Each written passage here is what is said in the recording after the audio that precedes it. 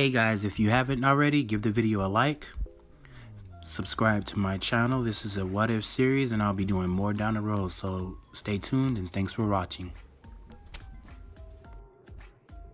Hey guys, and welcome to part 4 of What If Deku Had the Infinity Stones. And with the voting that you guys did when I put out the poll for Deku's new form being named Cosmic Destroyer. So Deku with the Cosmic Destroyer power has some similarities towards Beerus. Say for example his attitude. So when Deku goes into his power, Deku knows how strong he is. Deku knows what he can do with his power. Deku knows that if he wanted to, he can basically destroy a planet, or basically if he wanted to, he can tap his finger on the desk and destroy half a planet if he wanted to, just if he's feeling like merciful, saying, oh, I'll only take half this time. Tap. So with that, Deku is all powerful, basically unstoppable. Basically nothing can hurt this man. And that's what you guys think. So let's get into the story. So Deku is on his way to UA High School. He's got his uniform on. He walks into the classroom to see that Kacchan and Tenya Iida are arguing with each other, with Tenya Iida saying, get your feet off the desk, you miscreant. You're not supposed to be acting like that. Why would they let a thug like you attend UA High School? And Kacchan would fire back saying, listen here, you damn nerd. Get the hell away from me. You're annoying. I do what I want, you damn loser. You're nothing to me. I will be stronger than all you petty people. And with that, those two just kept bickering and bickering and bickering at each other. Deku just ignored it, saying, oh, good grief. Why do Kacchan has to act just such like an idiot? Well, why does Kacchan have to act like such an idiot sometimes? Deku just walking towards his desk, and he sits down only to be approached by Uchaku Uraraka, and he would go to say, so you came over here to thank me for saving you, didn't you? And she goes to say, how did you know that? Don't ask questions, just know that I'm glad you're okay and you're safe. And she goes to say, oh, yeah, my name's, I already know your name, Ochaku Uraraka. And she would go to say, how do you know my name? Basically, I'm cursed with the gift of all knowledge. Basically making me smart as hell. I think I'm really smarter than my mother, to be honest. I don't know. I would like to test that someday. Anyway, you might want to sit down because the teacher's getting ready to come and introduce himself, or I think he's gonna do something else more. I think it's not gonna be an orientation that you guys are looking for. What do you mean? We supposed to go to orientation? Well, I think this guy has different plans for us, so you might want to take your seat. But Tenya Iida, before she would go, she walks away. Tenya Iida comes over and introduces himself. Since I'm not gonna keep that part out, I want these two to be like at not opposing odds, but I want these two to basically know each other and become friends too. So, well, really good friends, since Tenya Iida is going to take a huge liking to Deku, basically being as smart as he is or as skillful as he is. So with that, Tenya Iida comes, introduces herself saying, hey, you were that guy that did that awesome thing, awesome power, well, whatever it was at the UA entrance exam. Yeah, I did that to save my friend. I consider her a friend. I hope she considered me as one. Anyway, your name is Tenya Iida, isn't it? And he would go, how do you... Don't ask. I'm gonna get tired of saying that, ain't I? Anyway, if you really want to know how I did it, basically I have mind's power. My gift is the power of knowledge. I know everything. I'm basically a vault that has the universal's conscience. If you understand what that means, Tenya Iida. And Tenya Iida would go to say, so basically there's nothing that you don't know, no secret that you don't know. Right? Am I right? And Deku would go to say, yeah, you are. Anyway, you might want to take your seat because the teacher's getting ready. All of you sit down. And this figure that's just in the doorway in this yellow beanbag nearly scared the hell out of Mineta, as Mineta just jumped out of his socks looking at saying, what the hell is that? And Shoto Aizawa gets out of the beanbag, folds it up, and he goes to say, "So this is my class 1A. Put your PE clothes on. We're going to the training field." And Ochaku Uraku was going to say, "But we're supposed to go to orientation today. That's not fair. Everyone else gets to go to orientation." Life is full of unfairness. It's for heroes like you to conquer that unfairness. For I can run my class however I please, however I want to. So, put your PE clothes on and come out to the training field. As all the students put their PE clothes on, Deku really didn't have anything, like he didn't have a PE outfit to wear. So what he did was he used his UA entrance exam, since there was an odd, well, not even, there was an odd number of outfits being handed out. And Shoto Aizawa said, "Oh, so I forgot, I didn't know it was an odd number of outfits." As Deku was there just stretching at the training field, waiting for everyone else to come there. And as the students arrived, Shoto Aizawa said, "You all will be going through a series of tests. We have the 100-meter dash, we have the grip strength test, we have the long jump, and we have the ball throw. I want to see if you guys are capable of becoming strong individual heroes someday. And if any one of you places last, I will expel you." Katsuki Bakugo, what was your longest ball throw in middle school? As Bakugo would come up and say, well, I basically could throw the ball basically 56 meters or something like that. I don't know how far Bakugo throw it, because it's been a long time since I've seen the first part of it, so I'm just going to keep it like there, as I'm going to be guessing the distances or something like that. I don't know, you guys correct me in the comments and I'll fix it. But until then, let's just continue on. So with that, Shoto Aizawa tells Katsuki to throw the ball again, but use his quirk. And with that, Katsuki threw the ball and got over 940 meters. Keep in mind that this Kachan, this Bakugo, is not like, I mean, he's half and half, but he's not like so a cocky, spirited bastard that he was in the original canon. He's not with the same attitude. I mean, it's there, but it's not there. And also, Deku also intrigues Kachan to basically train himself, which he has. He's been training very, very hard to gather his strength, to further his power, basically. And with that, Deku goes to say, "Wow, Kachan, when you were in high school and I seen you, well, not high school, well, when you were in middle school and you used your quirk to throw it back then, you reached over 540 meters. This is like an upgrade. You must have been training." "Hell yeah, I've been training, Deku. I have to get stronger. I have to prove myself. I can't just let you leave me in the dust." As if you ever would catch up to me. But that's good thinking, as Kachan will get mad. "What was that?" "I'm just kidding, Kachan." You better be, you damn nerd." As they fist bump, and Deku saying, "Oh, so this is the kind of test that you're going to be doing. So we'll be going through these tests just to prove ourselves towards you, Shoto Aizawa." And Shoto would keep an eye on Deku as he's piqued Shoto's interest. So with the 50-meter dash, all the students was there, like, so say Tenya Iida, Katsuki Bakugo, Shoto Todoroki, and Izuku Midoriya were right next to each other. And Shoto would pull the trigger, Shoto Aizawa would pull the trigger, and all of them would take off, with Izuku gaining 0.0 seconds. When he would know 0.1 second, let's put it like that. 0.1 second as Izuku burst off in a flash. Izuku came first. Tenya Iida came second. And Shoto and Bakugo tied in third place.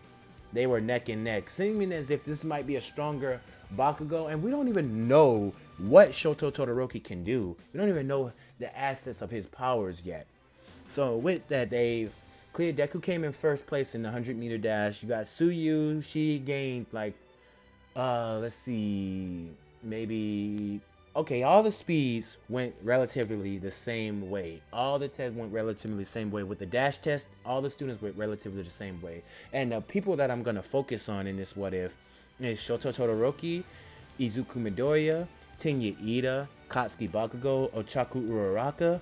And I'm basically going to have you guys vote on who should be Deku's plus one. Who should be Deku's plus one? Who should be Bakugo's plus one? Who should be Todoroki's plus one? And who should fall for Tenya Iida? I'm gonna establish more like a romantic side and stuff in this what if stories. So I want you guys to pick like who would be Deku's girlfriend, Bakugo's girlfriend, Todoroki's girlfriend, Tenya Iida's girlfriend, and stuff like that. And I'm also gonna be putting a poll out for this video. So I want you guys to have all your votes into whatever relationship I put out. So anyway, let's get back to the story. So we do the grip strength test with Deku coming first because he crushed the grip strength bar. And Bakugo, he almost just like he shattered, like it cracked in Bakugo's hand. Shoto Todoroki basically did like he used this, not use this quirk, but yeah, he did. He used this ice mode to make freeze it and he crushed it too. While trying to mimic what Deku does with his ice quirk, and Deku takes interest in it and says, "That guy has been keeping his eye on me for a while. I wonder what's up with this man. I'm reading his mind, and it's just silence. I can't pinpoint what he's thinking about, even if I look deeper. What do you want from me, Shoto Todoroki? Oh well, let's just get this over with." As all the tests went relatively the same, with the ball throw coming up, with Todoroki throwing the ball and getting around. He used all his strength. He didn't use his fire side, but he used all his strength and threw the ball, basically getting like 780 meters. Ochaku got infinity. Tsukuyomi got 800 meters. Momo got 900 meters. Mineta got 34 meters. Well, 20 meters. 10 meters. I don't know. You guys tell me how far Mineta would throw the ball. Suyu, she got 640 meters. And so on and so forth. So, with that, the apprehension test is over with. And Shoto Aizawa basically lied, saying that no one is going to get expelled. I just wanted you guys to be pushed to the edge. Because when a hero is pushed to do something so, like, they want to prove themselves to this person, you would go all out. And that's basically what I wanted to see. As Kachan and Izuku, they just fist bump saying, "Yeah, we did it." As both of their friendship is basically known, like Kachan, he sees Midoriya as literally becoming the number one hero, and he would always be there for his friend. And as the class is over with, they go back to class, basically getting the day over with. Deku is approached. As Deku's just walking, he's walking home in his like turtle hermit gi, but except for his clothes is like with mixture colors of red, black, and green. So his shirt is long. The only difference with the turtle hermit gi is that Deku's shirt is long sleeve. He has his red shoes similar to how Krillin's shoes and Yamcha's shoes are, and he has black pants. So as Deku's walking home, he instantly sees this woman with blue hair and a white outfit and some kind of tattooed mark on her chest. And she couldn't be no older than he is.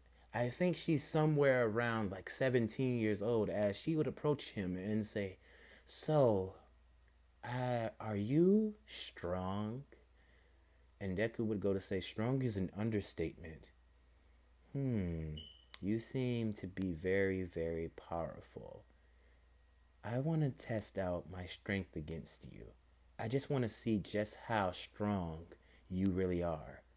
As this person would punch Izuku so hard in the face, he would go flying into a tree, dozens of trees, breaking them. Basically, Izuku gets up and he's rattled. Like, no one in the world can hurt him, or so Izuku thought. I'm supposed to be all powerful, like I'm supposed to be strong. And this would give Izuku a flashback as to saying, yeah, Izuku, there can be people in this world that can beat your power. Basically, you're gonna meet a villain, a ruthless villain, a cold hearted villain with the sole purpose to have strength and power. That I wonder just how you're gonna beat them. What do you mean? Your power, Izuku, is very incredible. The fact that you have infinity as your quirk, you can do a lot of things, but I doubt that you will be able to do anything against that person. Every person has the opposite towards them.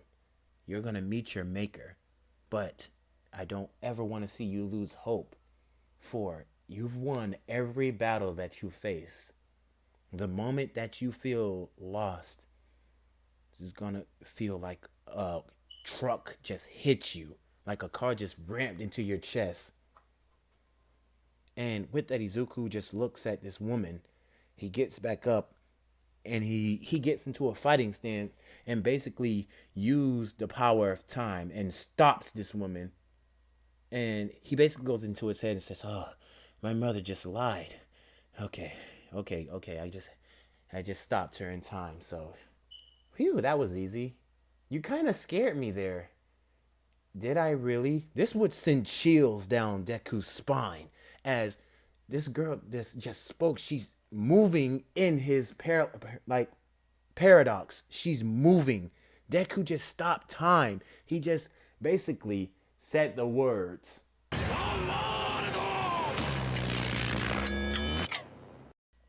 And she's still moving. And she goes to say to Deku, "You can stop time too?" Oh, that's very interesting. She goes to smile very sinister and looks at Deku and charges him with so much speed. Deku dodges her punch just barely, seeing that this girl possesses some incredible strength.